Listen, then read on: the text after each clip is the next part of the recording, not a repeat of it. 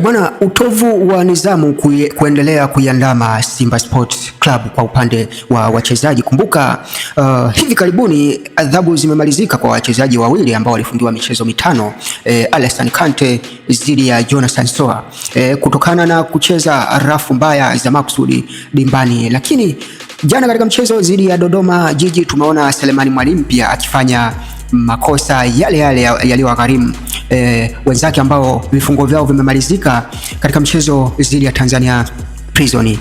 Lakini Selemani Mwalimu amefanya makosa yale ya kujirudia ambayo yanaweza yakaigharimu Simba Sport Club, na endapo bodi ya ligi inaweza ikakaa labda leo kupitia makosa yaliyojitokeza katika michezo ambayo imepita, basi ni dhahiri Simba Sport Club itacheza bila mshambuliaji wa maana kabisa wakati katika mchezo wa dabi ya Kariakoo, kwa sababu Jonathan Soa tumeona baada ya kumaliza ile sakata lake la kufungiwa mechi 5, lakini ameibuka na sakata lingine ambalo linamfanya kuikosa dabi ya Kariakoo. Na Selemani Mwalimu pia madhambi aliyofanya ni dhahiri yanaweza yakamfanya akafungiwa michezo 5 na bodi ya ligi na kuikosa dabi ya Kariakoo endapo bodi ya ligi itakaa leo kupitia makosa yaliyofanyika katika mechi zilizopita. Mshambuliaji pekee ambaye yupo mbele ni yupi?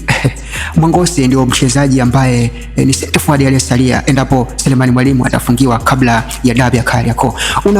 Unaionaje Simba ikicheza bila mshambuliaji wakati, ama unamuona Baraka Mwangosi akienda kuibeba Simba mbele ya dabi ya Kariakoo? Basi tusubiri tuone. Usisahau kusubscribe Seba TV YouTube, usisahau for Instagram, Facebook Seba Sport. Asante, wana wakati mwema.